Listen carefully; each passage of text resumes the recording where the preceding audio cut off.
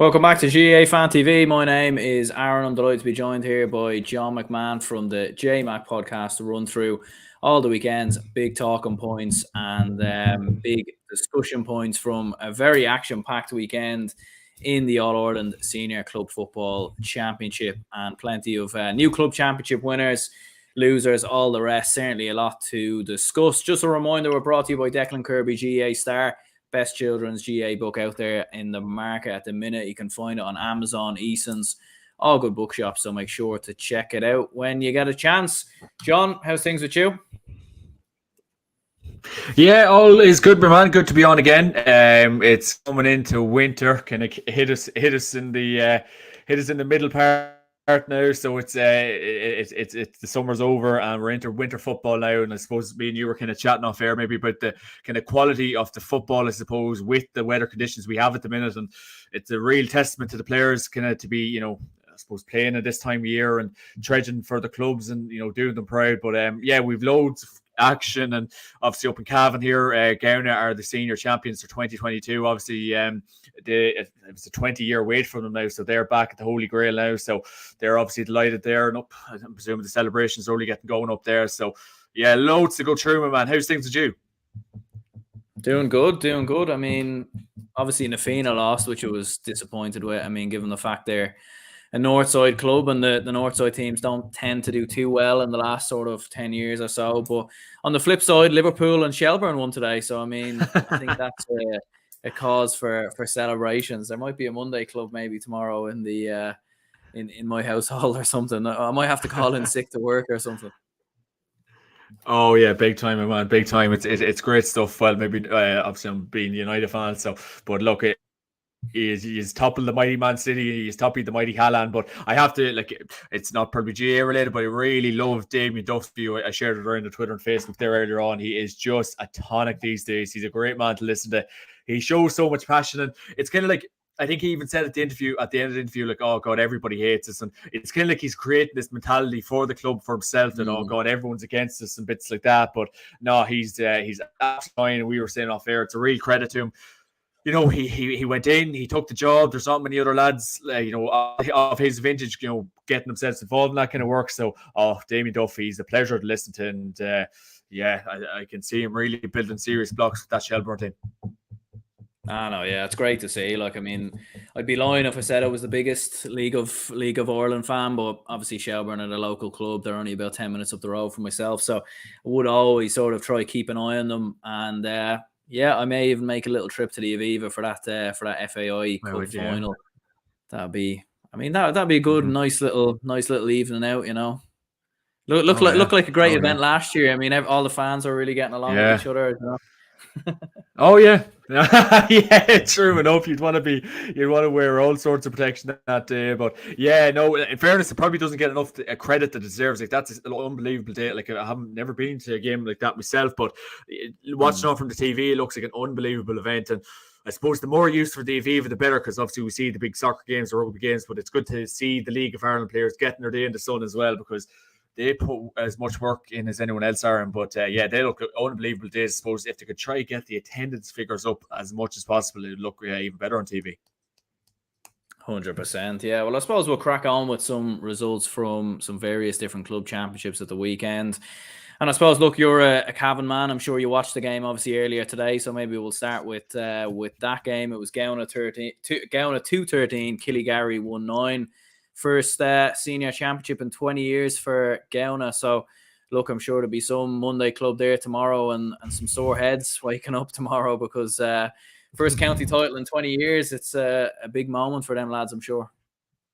Serious moment for them. And I was watching the game earlier on, and I suppose it was Killygarry's first senior final since 1971. I think that kind of speaks volumes. How maybe competitive the Cavan club championship is at times. And look, Gauna, they will be absolutely delighted down there. Like, I'm not far away from Gauna, where I live here myself, and I can just imagine the scenes that's going on down there. I think they were due back in Gauna 15 minutes ago. So look, they'll have the night of their lives, they'll have the week of their lives. They've been waiting a long time. They got to the final last year. Rammer obviously bet them last year. It took them to a replay to get bet, but look, they will be thrilled. Watching the game closely, taking a few stats and figures during it, and I was so impressed by someone maybe Gowan is finishing up front, like the likes of Keane Madden up top was really, really good for them. And the likes of Conor Brady and Keane Madden's both in with the Cavan setup at the minute. And Conor Brady was brilliant from a centre half back. He kicks some absolutely worldly scores. He's an unbelievable left foot. And obviously, Mr. Donoghue for midfield. I think it's Gavin Donoghue for midfield. He was just terrific. He got the goal. He kicked some lovely 45. So it was an array of scores from all angles, and it was very close. I think it was 2 points going into half time. Gowna were up by, and they just came out all guns blazing in that second half. And Kilgary got a couple of goals, but they didn't really kind of push on after them goals that they got. Look, Gowna won't care. They will just be absolutely delighted to be where they are, and 20 years, I suppose, for a club as big as Gowna, its GAA is absolutely huge down there. It's a long time for them, and this could really be the start of something because there's so many young players. Obviously, Derek McCabe, Cavan '97 Ulster winner, one of Cavan's All Stars. He's in the backroom team there, and he's a very, very happy man tonight, no doubt. Yeah, absolutely. I mean, a huge win nonetheless for Gowna. I mean, what would be your thoughts with them going into the Ulster Club Football Championship? Like, is that just a bonus, or what do you reckon? I know they'll be playing the Fermanagh champions. Yeah. So, like, probably two clubs, the winner of that championship. I think that final's next weekend, but like probably two clubs really going into that sort of in bonus territory, really. Well, no, you definitely. I suppose it kind of brings back to this point. I was talking to Johnny Murder on this last week, and obviously Johnny won numerous Ulster Club Championships with his club Crossbaglen over the years, and we are just kind of touching on that mentality towards the Ulster Club Championship. And Cavan Gaels here in 2017 got to the Ulster Club final, and were narrowly be a few points against Sutton. So I suppose it is always the question, can Cavan clubs make that imprint on the Ulster Club? And obviously the All-Ireland laughed at, but the Ulster Club has really eluded, probably Cavan clubs over the last couple of years. So look, is the ceiling just the senior championship, as you kind of said a couple of seconds ago, is that what they'll be happy with, just getting their hands back on it? Or, they have players capable of really putting together a run in the Ulster Club. Like, if you come up against, obviously the Fermanagh winners, there's a huge chance. I know Fermanagh club teams can be very sticky, but I think Gowna have a lot of talent there. Obviously, it was broadcasted live on RTE a couple of weeks ago. We've seen the talents of Conor Casey, as you were touching on your podcast a couple of weeks ago. We know the talent of him, Conor Brady. Obviously, Conor Madden. Conor was quite quiet today for for Gowna, but I think the other forwards really did chip in and do well. But I think they really do have a team capable of going far. But it would be really good to see a Cavan team book the trend in Ulster, because it's always the first round knockout. Or I know Den had a great run in the junior club. Obviously won the Ulster junior club title last year. So it really would be good to see a Cavan team make an imprint, because I think I was having this discussion with Martin Tynan obviously during the week, and he was kind of just making the point that, can we finally this replicate and this look good for the Cavan kind of senior team? You'd unearth a few players from it. It'd breed a bit of confidence within the county. So look, they will be absolutely delighted with that win tonight. No doubt Derek McCabe will be saying next week, right lads, let's get our heads focused for Ulster, because look, I really do think they can make a print on it. It just depends what the players want to do and what they want to achieve, Yeah, absolutely. Like a huge win nonetheless. And as you were saying there, I remember watching Conor Casey obviously on RTE during that Cavan Club semi-final, I think it was. And yeah, I mean, he looks like a very, very good talent. I was just looking at a match report there. I don't even know if he scored today, I don't think. But I suppose at the same time, Casey didn't. No, he chipped in. He done well, yeah.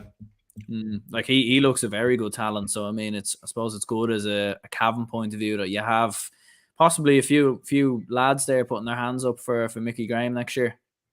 Yeah, no, it's brilliant. And obviously, Gavin Donoghue from midfield, as I was alluding to him, he had a great game against. He had a great kind of championship, and Gowna really did get the show on the road really since the quarterfinal. The opening stages weren't overly brilliant, but we've really seen the talent come to the fore for them. And especially mentioned to Mark McKeever, obviously he was part of that last championship win, but 20 years ago, and he's still kind of like Mossy Quinn nearly for Dublin, for St. Vincent's. He's still going strong, Mark, and he just keeps himself in such good nick. So I'm absolutely delighted for the likes of Mark to get over the line today. And look, probably from a Cavan point of view, as you were rightly saying, the likes of Conor Casey, and I suppose a couple of people were saying to me, oh, maybe John is a bit too early, get a bit of strength and conditioning under his belt and bulk him up. But look, throw him into the deep end and see how he gets on, even if it means coming into the Cavan team and working with the lads for the year, bulk him set up, or does that mean just stay? I think he still has youth in his side, so he's young, so he might have another year at the under-20s, I think, too. So, look, we won't obviously throw him into the deep end, give him plenty of time, but he really does look like a serious prospect. Obviously, as I said before, Conor Brady from centre half back, again, he had a very good championship. Nearly does his work so quietly, goes about his business quietly. He's a great player. Obviously, the likes of Keane Madden, as I said, Tiernan Madden, Keane's younger brother.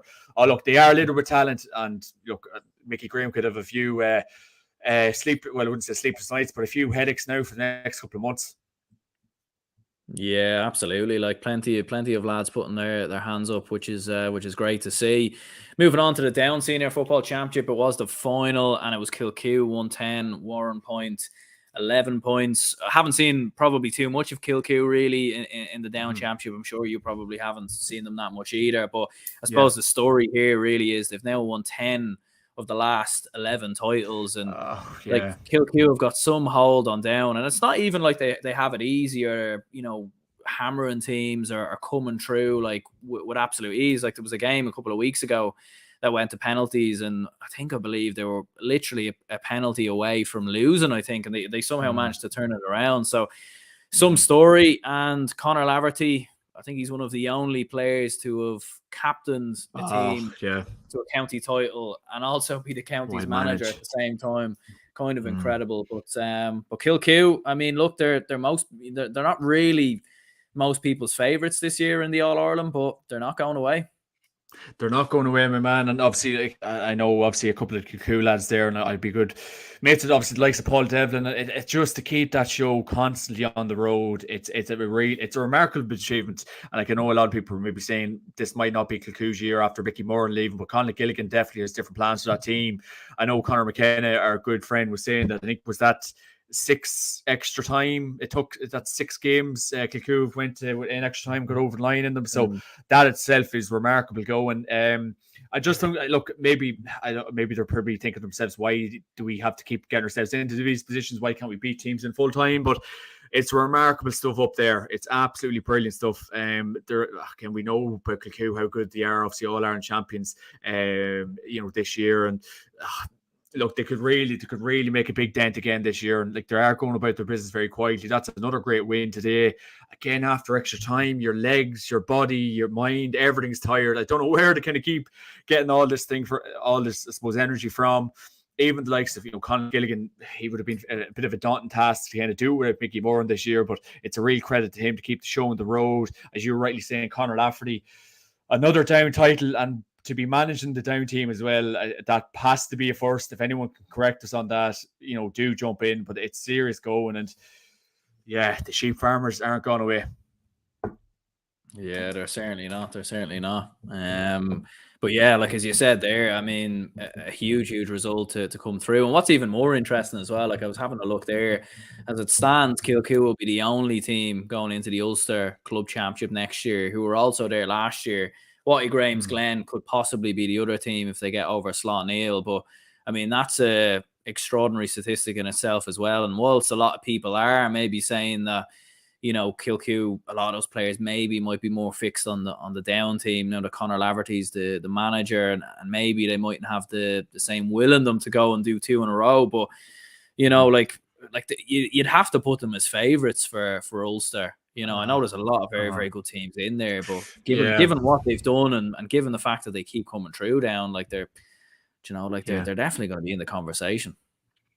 Make no doubt about it, man. Make no doubt about it. And you're probably talking about All-Ireland contenders at this stage. Like, they are littered with talent, and I just think it's a remarkable thing, I suppose, in any walk of life for people to get back from stuff and just resolve and just where to keep getting that will to win. It is really remarkable stuff. And look, Ulster contenders, you can absolutely throw them into that conversation. I know Crossfield Glen will be playing their county final now. I think it's the next week. So that, like, obviously the pressure will be on them, and like they'll really try to, I don't know, obviously Johnny Murphy will be keeping us up to date with how Crossfield Glen are getting on, and obviously the form of Jamie Clark at the minute, but maybe we could touch on that later on. But look, they'll be in the conversation, make no doubt about it. And But Kilcoo, I really do think we could throw them into that. And look, I suppose that even the All Ireland conversation, obviously depending on how Ulster goes as well, they really still have all that talent. And like, it's a very easy thing to do, to throw the cards in and say, right, lads, you know, Mickey's gone here. Our standard's going to drop, because we obviously hear the stories of Mickey Moran getting the lads out for training on a Sunday morning at 9 o'clock.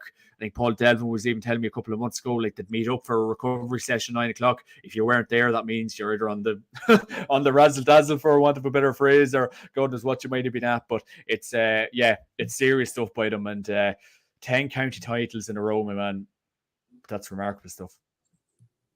Yeah, and GAA Statsman here says Ballymacarbie have won 41 LGFA titles in a row and counting small, a bit better than Kilcoo. Yeah, I mean, it's fair to say they probably are pretty good in Waterford. Ballymacarbie, if you're winning 41 titles in a row, you know, like, not bad. It's okay. It's all right. It's okay. Shout out to them. Fair play. Well done. But halfway to 82, you know. Yeah, get yourselves to 50, for the love of God. I know, unbelievable going. Yeah, I suppose moving on from that, in the Monaghan Senior Football Championship, it was Ballybay won 11, Scottstown won 8. So big story there. I mean, Ballybay won their first county title in 10 years. Scottstown, as we know, have been a fairly dominant team in Monaghan through the last couple of years. I mean, they have the likes of Rory Beggan, Conor McCarthy, Kieran Darren Hughes, but that's a huge win for Ballybay. Like, I was looking at a match report there in RTE, didn't really recognise any of their players, to be honest. So, like, that's a fairly good achievement. First county title in 10 years. Yeah, no, great achievement. Obviously, a big shout out to the two Cavan that's on the Ballybay team. I think Kieran Galligan and Michael Hannon. Michael Hannon used to play for Drumgoon here in Cavan, and Kieran Galligan used to play for Drung. So obviously, them place will be quite near to Ballybay there. So the two men have tagged on a serious win today. So a big shout out to them, pair of gentlemen. But yeah, serious win for Ballybay. Obviously, going in there as underdogs, against a Scottstown team of, like, you have so much talent there, as you were already saying, the Hughes brothers and the likes of Conor McCarthy, Rory Beggan, God, probably some of the best footballers really in Ireland there, even in Ulster, probably to a degree, Aaron. It's a serious win. The crack will be unbelievable down at Ballybay tonight. They'll be absolutely delighted with that. Just, if you win, you get a first county title after so many years, it's just such a good feeling for the parish, the players, family, supporters, absolutely everyone. So look, they'll be absolutely delighted. Again, hopefully the GABO or sports, or TGCAR obviously show the highlights of these games, because I have my full focus probably on the Cavan game. But look, that's a serious win for the Ballybay lads tonight. And again, serious shout out to Michael Hannon and Kieran Galligan, because them lads have been playing football for the last 20 odd years, and they've had fruitful careers, I must say. Yeah, absolutely. I mean, a huge win, and they'll play the Armagh champions in the opening round Interesting. The Ulster Club Championship. Yeah, so they'll play either Crossmaglen or Grainmore. So that'll certainly be a game worth keeping an eye on. Looking at the Tyrone Senior Football Championship semi-finals, Dromore and Errigal Kieran, that finished up just about 15 minutes ago. So it was Dromore 10 points, Errigal Kieran 11 points, and then it was Clonau 8 points, Carrickmore 11 points. So I suppose the story of the Tyrone Championship in the last 10 years really has been that there's been a different winner, I think, for the last 10 Tyrone Championships, and incredibly enough, that record could still continue. It's always such a hard champ.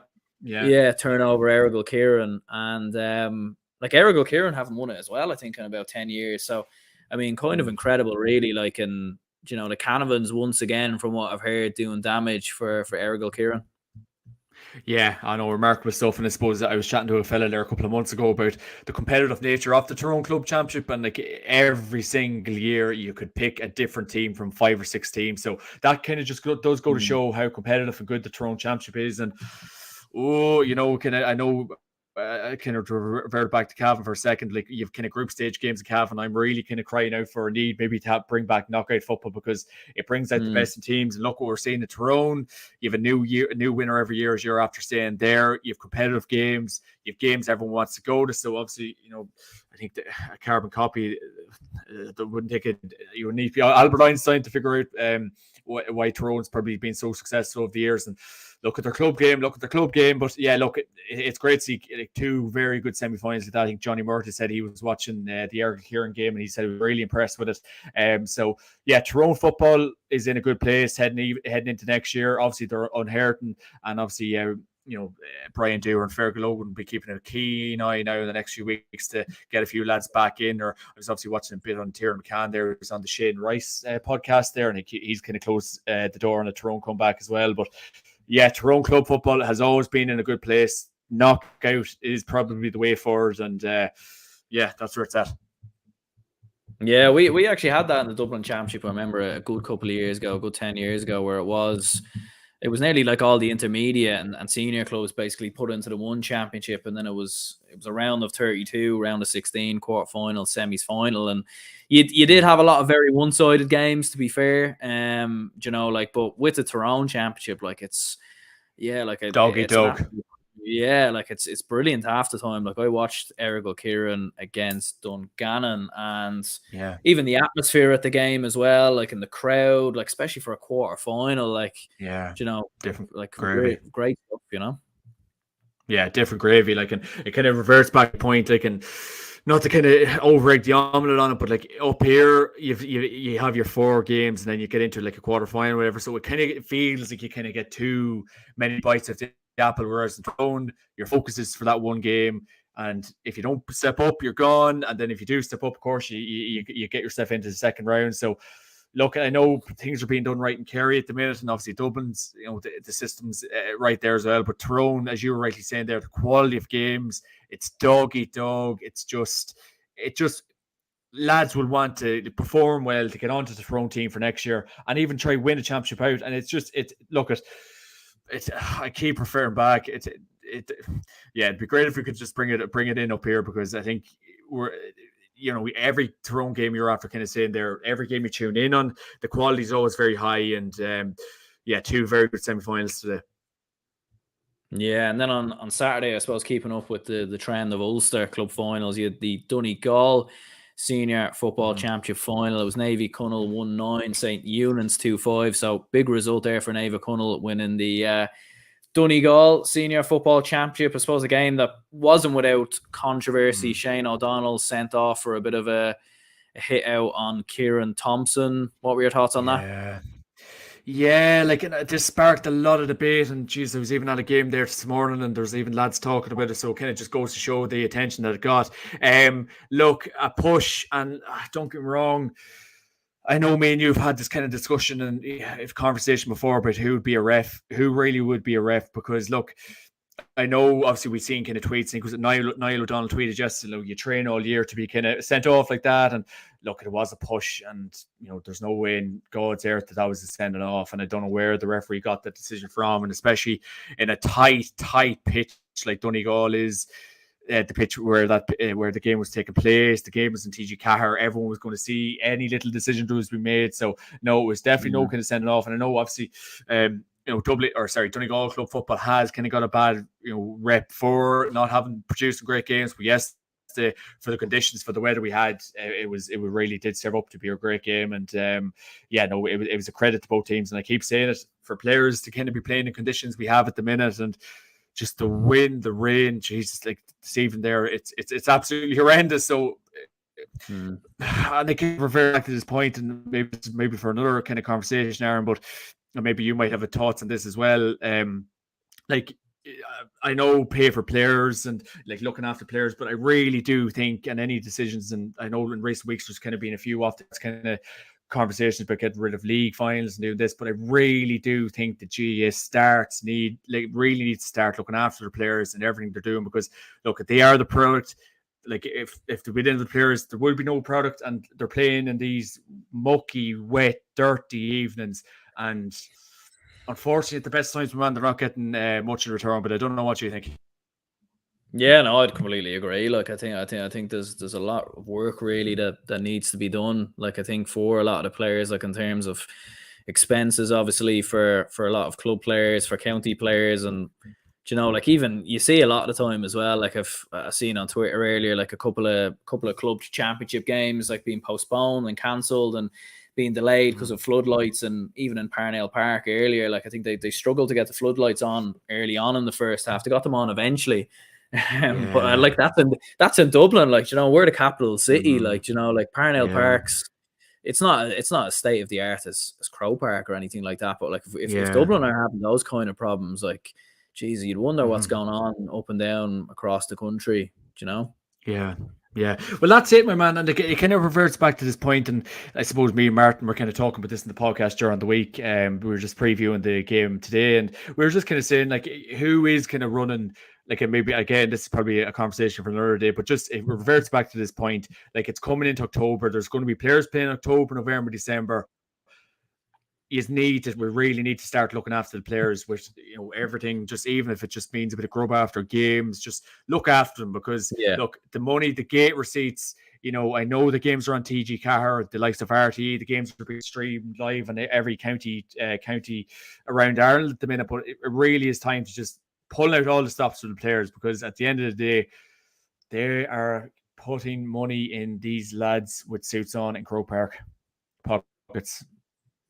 Yeah, like otherwise you'll have more players like, you know, your Tiernan McCanns and whatnot who step away from panels, who don't want to get involved. And, you know, like, you wouldn't want a situation where you'd ever have like a David Clifford or anything of that nature to potentially step away because of anything like this. But yeah, like as you were saying, it probably is a conversation for another day. You know, it's hard to know what the GPA are really doing. Like I think I've seen in a recent Congress they were booed or something like that. So clearly there's a lot of kind of disdain amongst them. But just my last point on it, like, it really is, because like, even like you seen there a couple of weeks ago, and I think me and you were fairly strong advocates for this, but, you know, to be getting rid of the league finals, and that gives the weaker counties their big day out in Crow Park, like, who, like, are they just coming up with these decisions to kind of get the media attention, or is it just like to make it look like they're doing something? Like, it's just some of the stuff's off the wall.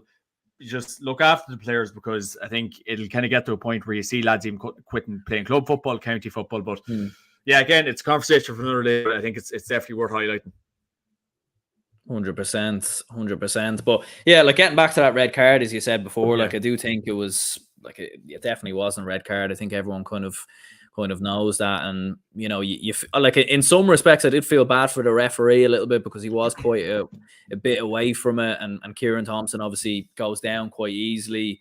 Like, from distance, I could imagine it probably looks like he's putting his hand up maybe towards his sort of chin, but like, the umpires there surely should have seen something. Like, they were very, very close to it to overturn that county final like on half time. You know, like, I mean, there needs to be a bit more common sense there. Like, obviously there's been a lot of sort of situations involving referees, and I don't think anyone ever is, you know, neither one of us are endorsing that or anything like that. But, you know, like, it is disappointing to see refereeing decisions like that. It definitely is. And I suppose in a game like that, for the conditions, for everything going on, the referee probably thought it was like a striking action. Of course, you can't strike a player in the G, and of course it is the right card. But I just think it was probably heat of the moment. You know, he probably got feedback from the umpires or the linesman. And as you rightly saying, the linesman probably had a clear and obvious view of it. And, you know, for the red card to be issued, and obviously the views on the red card have been very strong from the parties involved. So it's just very unfortunate. As you were rightly saying there, it's a county final. You train all year to realistically prepare yourself for a championship, and, you know, for a fella to be sent off, it's going to be sitting with him for the week, unfortunately. Yeah, and in fairness to Kieran Thompson, like, he had a great second half performance as well. Like, he kicked 4 brilliant points, and it will be interesting to see how Nave Cunnell get on in the Ulster Club Championship. Just looking at the Dublin Senior Football Championship final, then it was Kilmacud Crokes 11 points, Nafina 10 points. I was at this game in the wind and rain, and I was saying to you off air, not the best game, to be honest. I might have to ask you about this. I might have to ask you. We'll have to roll reverse. Will I ask you about it, because in fairness you were at it? What way do you want to attack it? Maybe if anything springs to your mind, maybe I don't know. Hello, welcome to GF Fan TV. to be honest though, there's really not a lot to talk about. Like there not a lot really happened in the game. Like there was no contentious talking points. There was no like red cards or penalties. There was a few heavy hits dished out here and there, all right. And Shane Walsh was looking a bit like Rambo in the second half with a bandage around his head. I was just about to say that. You took the words out of my mouth, Jay. You took the words out of my mouth. Yeah. And he played a bit like Rambo as well in the second half. Like I thought he didn't really have a great game up until the final 10 minutes, and then he just came alive and kicked 2 brilliant points. And like Nafina, you know, he is like you have to laugh like the Kilmacud Croaks Ultras behind me singing Shane Walsh, he's one of our own. Not quite sure about that, but yeah. That didn't lie well with you. I suppose and you were at the game live, you know, and obviously they were minus Paul Mannion, but like, how did they kind of look with Shane Walsh? Like, what kind of reception? Because again, I'll try to get to watch the game back this week if I get the chance. Like, what was the reception like for Walsh? Is people like, I know it's been hot and spicy for him. I know he's been getting big hits in recent games. I think Mick Fitzsimons was giving him special attention one of the games, but you know, what's the reception been like for him?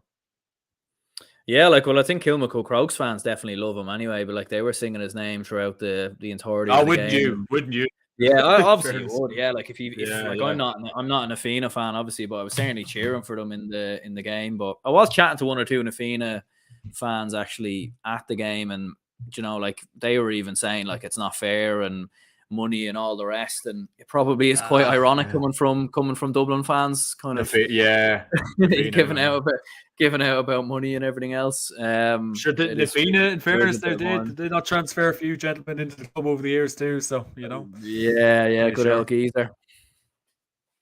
So no, come on, don't be throwing stones at glass houses. But sorry, go on. You're saying. Yeah, no, but like, in the first half, like he was getting a lot of, like, Owen Merchant was picking him up, and that was an interesting battle, and they were certainly kicking lumps out of each other, and like Walsh probably wasn't at his best. Like he missed a couple of opportunities. He missed I remember one free, like with the breeze, kind of close-ish to the goal that you'd normally see him score.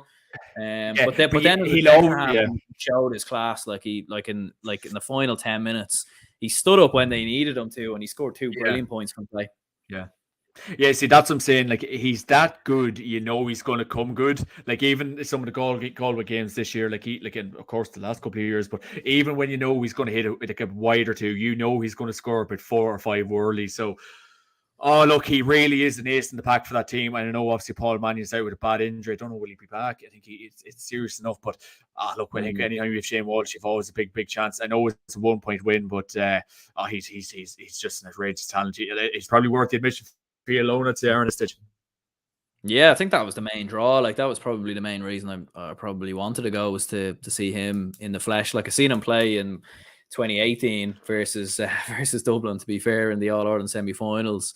You know, like, but obviously that was different circumstances. He was very much the enemy with Galway back then. Yeah. But yeah, no, like, I mean, to be fair, Darragh Mullen and Craig Diaz stood up as well. Like, they were very impressive. Conor McHugh. Go about the business very quietly.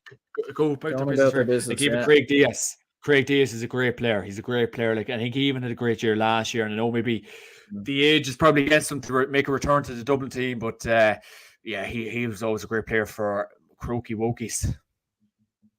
Yeah, I suppose midfield's probably very competitive position. You know, like, it's going to be very hard. Like, you've got Fenton, who's obviously nailed on, and after that, there's a few lads like Brian Howard and Tom Lahiff who've kind of made that position their own. But yeah, no, he scored a point towards the end of the game. He was very good.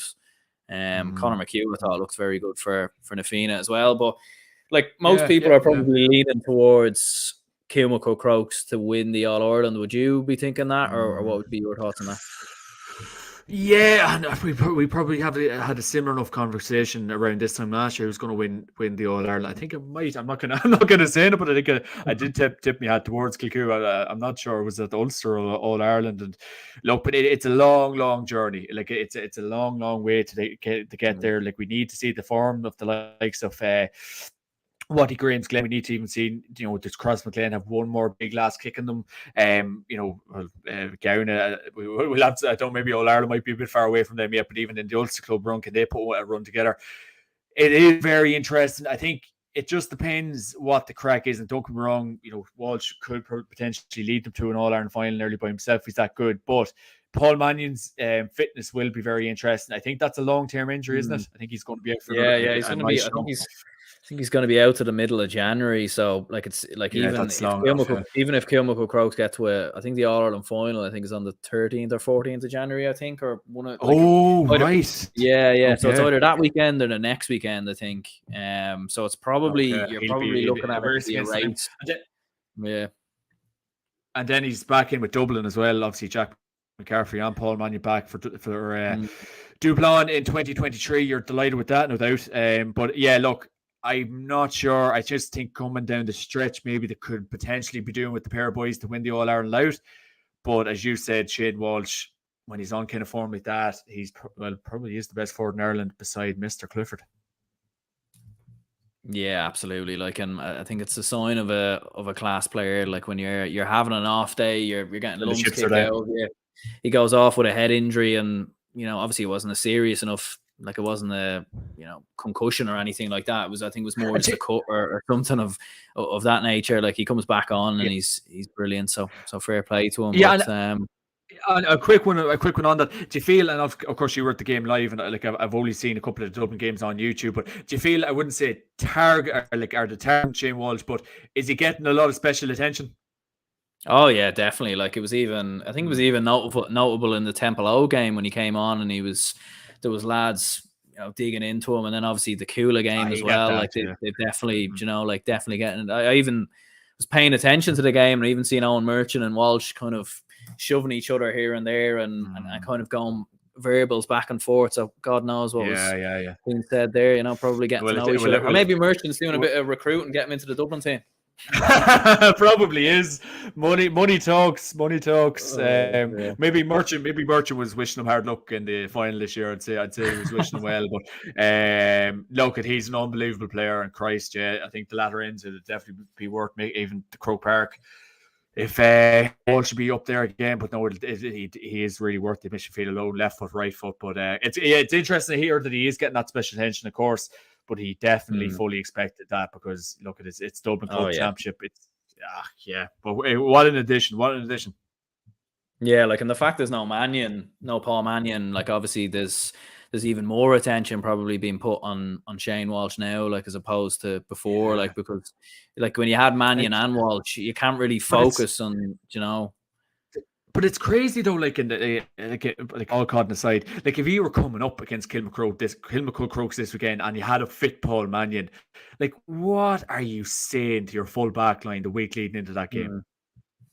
Like you're talking 2 men each of them boys, Yeah. Like to be honest, you wouldn't want to be management. You'd certainly have a fairly big headache nonetheless. Because like you can put Owen Merchant on Shane Walsh, and that's fair enough. Like Merchant probably wasn't going forward as much as you'd usually see him. Like he definitely had more of an eye on Walsh, and then I think the more Nafina were chasing the game, the more Walsh was freed up. So, but then when you add Mannion in there as well, like how, like I don't know what Nafina lad would have went on him, that's insane. Like so it's just crazy, mad kind of. And you could arguably say like Paul Mannion has probably been one of the best forwards in Ireland in the last couple of years.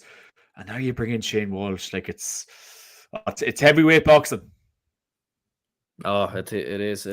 Nice in the next round as well. So that'll be a repeat of the Leinster final in the first round of the Leinster Championship. So that'll be an interesting one. Just going through some other results here from Leinster. So in the Meath Senior Football Championship final, it was Summerhill 11 points, Ratoath 12 points, and in the Wexford Senior Football Championship, Castletown 13 points, Shale Maliers 9 points. Bit of a surprise there to see Shale Maliers beaten. I thought with Owen O'Gara in there, they might be big O'Gara, enough to see them get to the final. And like just from keeping up with results, like they were putting in some fairly dominant one-way traffic wins. But I suppose that's the nature of the club championships. You can just never really take anything for granted.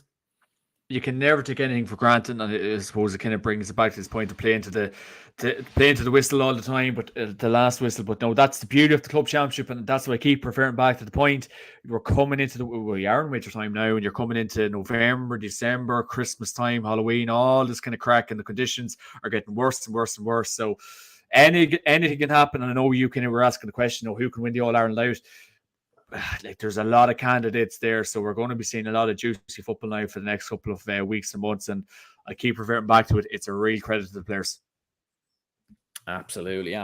Looking at your second favourite county, Mayo, the Mayo Senior Football Championship. I've absolutely no problem with them. It's just this All Ireland hoodoo.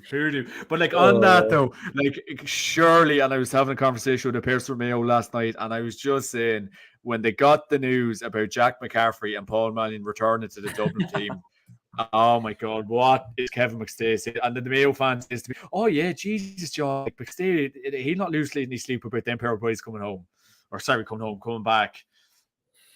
Not a chance. Like, I mean, you nearly feel bad for Kevin McStay in some ways. Like, I think he's probably looking at it and thinking, right, maybe we could be the closest challengers to Kerry, and then all of a sudden, Mannion and McCaffrey back, But look, I mean, Mannion's injured at the moment. You don't know, like, with his injury. McCaffrey has barely played for Clontarf even in the last 2 years. So like that was the one that really surprised me, to be honest. Whatever about Mannion coming back, but even McCaffrey finding the time to play for the. But even McCaffrey finding it, because even like I know me and you can refer back to the interview going off the ball, and if I'm playing for Dublin a couple of years, you petition shoot me, blah blah blah, and I'm a doctor, and he obviously is very high up in his profession.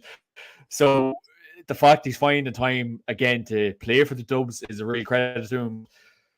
Oh man, if you had any ambitions of winning All Ireland and you hear them pair of boys are coming back, it'd just be such a kick between the legs. 100%. But yeah, in the Mayo Senior Football Championship semi-finals, it was Ballina 3-10, Ballintubber 1-13, and Westport 1-11, Castlebar 1-10. So you weren't knee deep in Mayo Club Championship action at the weekend, no? I see Lee Keegan absolutely pulled out all the stops for Westport, and he is just a terrific talent, and it's very interesting. Like, I'm presuming he will be given the Mayo cause a year or two anyway. McStay's probably hopes him in for another year or two. Surely, what a pair.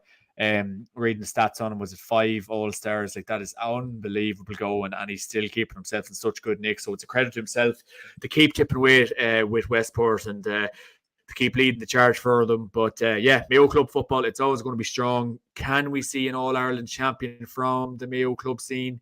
I don't think so. No, I don't think so either. Like, I think Westport have never won the Mayo Championship, and then Ballina haven't won a Mayo Championship since 2007. So, look, you don't know. Like, I mean, like, I don't really know much about the Roscommon teams coming out of there. But you probably would be looking at the Galway champions surely as the favourites there.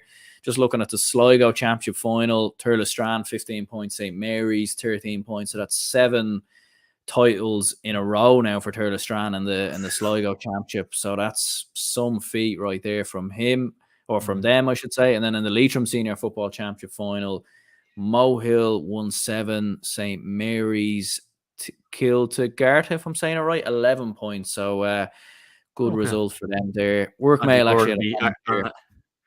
Andy Moore will be keeping a good eye on that, no doubt. The Leitrim final was brilliant last year, wasn't it? It was who was in the Leitrim final last year? Ballinamore, Sean O'Heslin, and Mohill, I think. Yeah, it was a really good final last year. Sorry, that comes by Workmail. What was it again? What did he say? So he just says here, Eamon O'Hara's Mohill 5 points. O'Hara's in with Mohill, right? Yeah.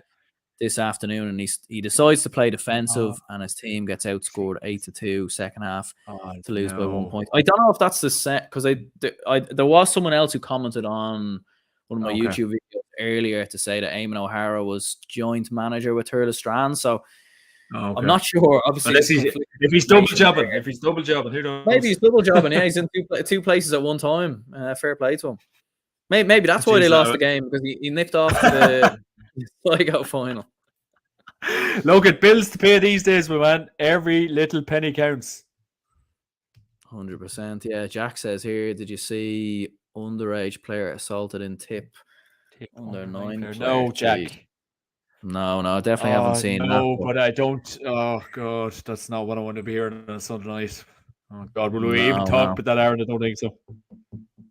Yeah, I don't know what I don't know if it's just getting reported more or what's going on. Like, obviously you have the whole scenario with referees, and I don't want to go into it too much, but Like, Under is there just nine, are under people nine, just a lot lads. more? Are What the people a hell? lot more angry because of the cost of living crisis, and like because it's fairly rubbish living in Ireland at the moment? Like, I really don't know. Like, it's hard to really know why people seem to be getting so angry. Oh well, look, it's probably a number of things for a lot of people, but on Twitter, our game. Oh God, I probably will if there's a video up of that, but I think it would probably make for bad viewing. Look, if he's under 9, whatever age group, like there's no place, and I'm probably speaking for the masses here. There's no place in our game for assaulting referees, assaulting mentors. Absolutely anybody. There's no place in it. Like I don't know what. Like everyone goes out to do their best. Players, managers, referees, umpires, absolutely everyone. So there's no place in the game for any of it. Don't get me wrong. I know off the field it's a bit of a shambolic situation that's going on in Ireland at the minute. But look, we all go to our games to enjoy them. It's a break for the 70 plus minutes. You go, you meet your friends, players interview, you represent your club. Stop the nonsense, lads. Stop the nonsense. Yeah, 100%. It certainly, I certainly don't get it. To be perfectly honest, like it's just bizarre, really. But moving on anyway. The London Football Championship, St. Kieran's 1-6, Fulham Irish 9 points. So that goes to a replay. You didn't watch that, did you? Know? Yes, oh Christ, if I could split myself in 10 today, busy weekend. No, shout out to Fulham Irish, two Cavan, Brian Shannon, his club's Kilcoo, so obviously he was involved with Fulham Irish today, and Lorcan Mulvey, used to play for Cavan. I think he's the either manager or selector on that team, so it's great to see Cavan's being represented everywhere, my man. The Fulham Irish, really strong club over in London there. And fair play to them, 9 points each. That goes to a replay, and a special shout out to the Cavnets. Yeah, Jesus, there's Cavan men everywhere. You're taking over. Taking over. We're not here to take part. We're here to take over, man. That's it. Said a once not so very famous Cavan man. Oh golly, but no, it's great to see the gospel of the GAA being spread around everywhere. And I think even I was talking to Michael Maher a couple of months ago for the podcast, and he was kind of saying that he's really proud and humbled by the work that's going on over there. And I heard in recent weeks that he did finish up with the London manager, but I haven't. I might ask him to confirm that. I'm not sure if he has or not, but he's really happy with the progression of football over there, and it's great to see clubs and even the county London team really kind of building blocks, and even London nearly bet us in the league this year. So kind of goes to show how good they're getting and players coming through. So fair play to the lads across the pond, Aaron. Yeah, like I'd be surprised if he stepped away, because like there wasn't much between London, Sligo, and Leitrim, and when you see the Connacht draw, like London, who knows, could possibly get to a Connacht final, which might sound a bit mental, but like I don't think it's exactly inconceivable. 2013. Yeah, it could happen. Who knows? Maybe London could win a provincial title sooner than Cavan will win their next one. Oh, that's class. That is absolute class. I was sure you're going to say maybe London could win an All Ireland before Mayo or something, but do you know what? I thought of that one straight after I said that, but Anna, we'll keep the Mayo fans in. We're not far away from a provincial title. Hopefully, again, the more open Ulster gets, the better, because oh God, who knows? But another Ulster title, we could be waiting a long time. Yeah, I don't know if people can hear the rain there belting off the window, but it's certainly I can hear a washing machine. Weather. Yeah, I can hear a washing machine. It could be a washing machine. I don't know. Probably is a washing machine out there. Just looking at some other results here. So on Tipperary, it was Clonmel 110, Upperchurch 1-2. So I don't know if Michael Quinlivan was involved there, but I know he's been playing for Clonmel. Sorry, what was the score, Aaron? Sorry. What was the score? 110 to 1-2. So not a particularly great showing there from Upperchurch in the final. Oh lordy, oh god, that is not good going. 1-2 in 70 minutes of football, 60 minutes of football plus at a time. Yeah. Oh god. Okay, less said the better. Yeah, and Waterford, it was Gellert 13 points, Clashmore 8 points, Balnacorty 8 points, Kilrosanti 4 points, and then in the Kerry Senior Football Championship, East Kerry 1-9, Dingle. Oh, you leave Kerry to the last. You leave Kerry to the last. Yeah, leave them right in last. Keep them waiting, keep them interested. Keep them watching. It was mid Kerry 15 points, Interesting. Field Rangers 9 points as well. So yeah, what were you going to say? Okay. No, it's very interesting. You leave the Kerry clubs till the very last. My God, and one of the most competitive championships in Ireland. The hate must be strong, my man. The hate must be strong. Well, look, I watched both games at the weekend, to be fair, and did match reactions on the channel. So I actually, to be honest, I'd completely, because when I was preparing for this, I have loads of notes wrote down here. I actually forgot about the Kerry Championship, literally until we went live, and then I put it in. So I was like, oh shit, I better discuss that. But yeah, David Clifford held scoreless for East Kerry, so he is human after all. Paddy Clifford very good as well. He scored 1-2. And Paul Gainey, actually, to be fair, was very good for Dingle. He scored 4 very, very good points. And I think he's quality. He's probably one of the most underappreciated footballers in the country. Like, I feel like if he played for any county, he'd be lauded and he'd be loved. Not to say that he isn't by Kerry fans. I'm sure that he is, but like obviously with Kerry, you have so many star names, and Gainey maybe was never the most skillful, but like in terms of shooting and scoring, like today it was brilliant performance. Like there was 1 point I remember he scored with the outside of the boot and in tough conditions as well. So fair play to him.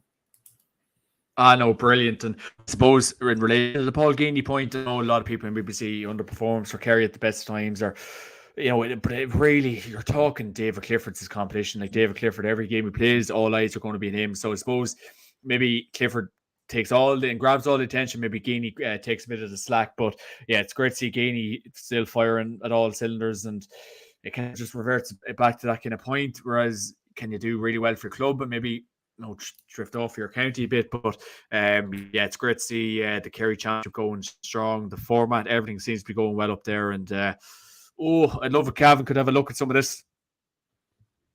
Yeah, what are your thoughts? I mean, I know your friend Martin, obviously, who runs the Cavan Club Championship page, and obviously he's been on your own podcast a couple of times. I know he's been talking quite a bit about maybe having divisional sides and Cavan and everything else. Like, would you be for that maybe?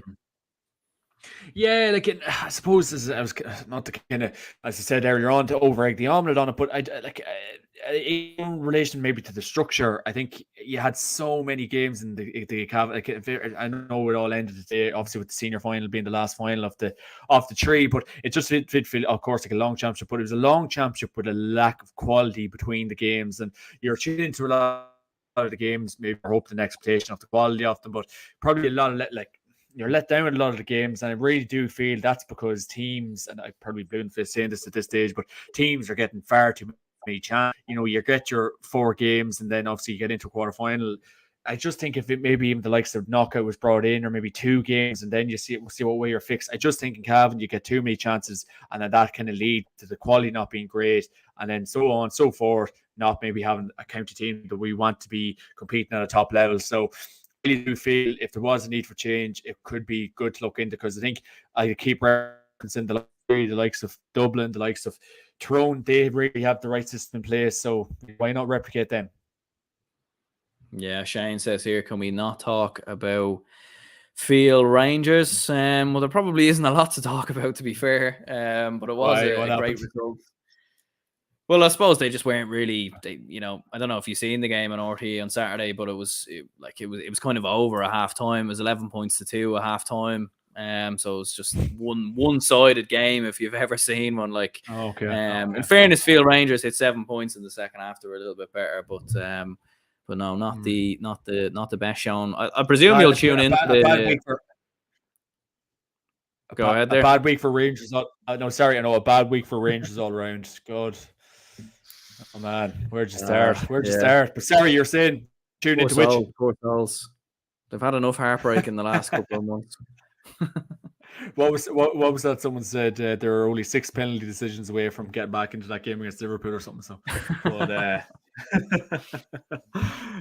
tune into what? Sorry, the highlights tomorrow night, is it? No, I was going to say the Kerry final if it's on TV. I'd say big time. Yeah. Big time, my man. Big time. It's just so hard to keep up. Like, how many county finals did you have today? Was it 10 or 11 county finals? So, tomorrow will just be a day of catching up with it all, yeah? Yeah. Like, and they're like So, there but may again, there may even be results I missed in here as well. Like, there's so much going on everywhere. It's crazy. oh yeah, so much going on, and then I suppose it kind of reverts back to that point when your own county is having their own county final day. Like, God, I probably spent all morning just kind of reading statistics and getting stuff ready and watching the game. So I suppose when you're invested in your own county, so it's only now when I'm chatting to you, you probably get to talk about the Yeah. other games. But like yourself, going to that Dublin Club Championship final today, you're probably so invested in it. I wouldn't say you forgot about the other stuff, but it's only until you get like looking at the results this time. There was so much action on today, and we are in for a busy couple of months, and long may it continue because it's great.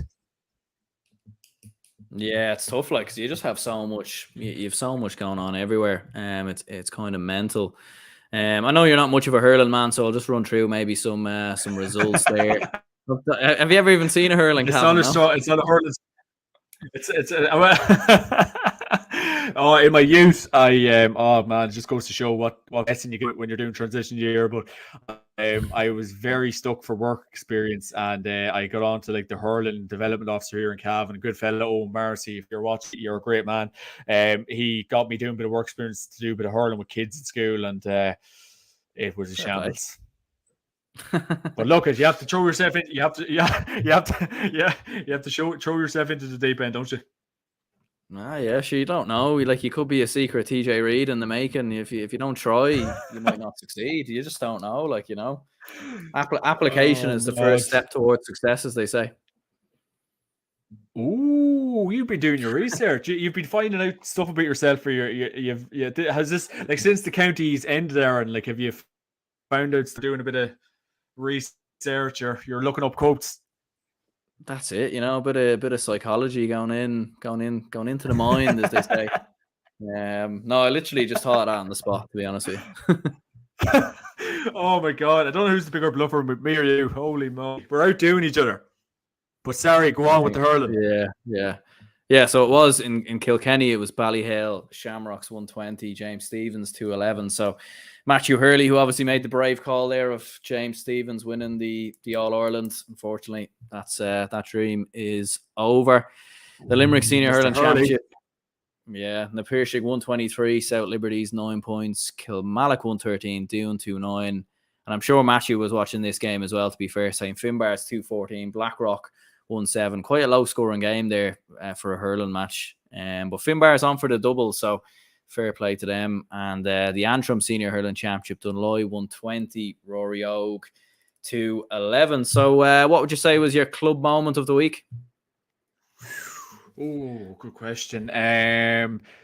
From probably seeing the amount of action, I probably did get to see. God, where could you probably close to home? Really, I'd say at this stage, but I'd say the club action. Yeah, look, I think seeing Derek McCabe, I suppose lead this county team to their first Cavan Senior Championship since 2000 and. It is 2002. It was great to see. Obviously, he led Cavan to that 97 victory, and he obviously has an all-star for playing for Cavan over the years. So, I think Derek McCabe bringing Gowna up to that success because he probably was the turning point for a lot of them lads.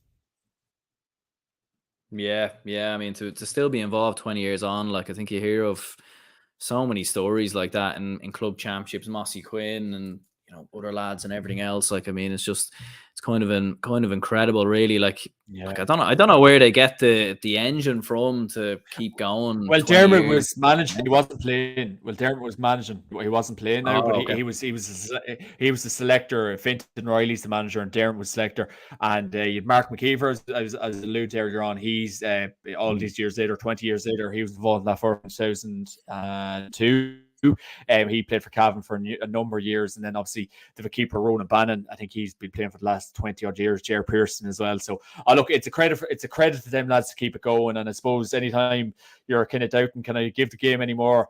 Look at them, gentlemen, because look at the likes of Mossy Core, the likes of Mark McKeever, Jer Pearson, all these boys still doing it for the clubs at the tender age of 40 odds. It's brilliant stuff. So, big credit to them boys.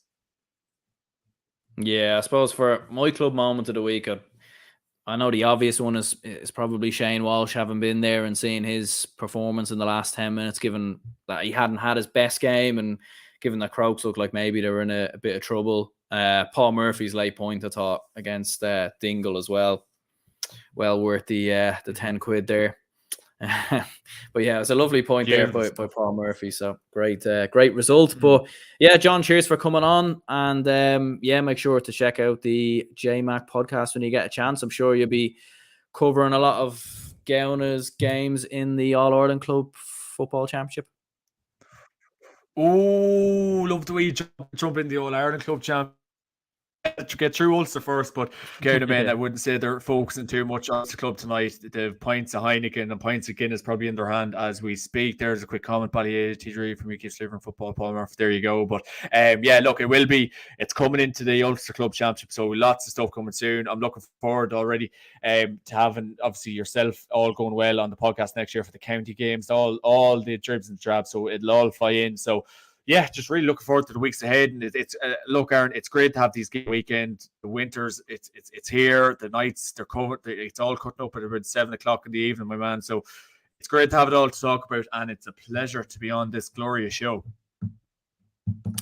Brilliant. Well, top man, John. And yeah, if people can hit the like button and subscribe if you haven't already. Hope you all enjoyed, and we will talk to you later.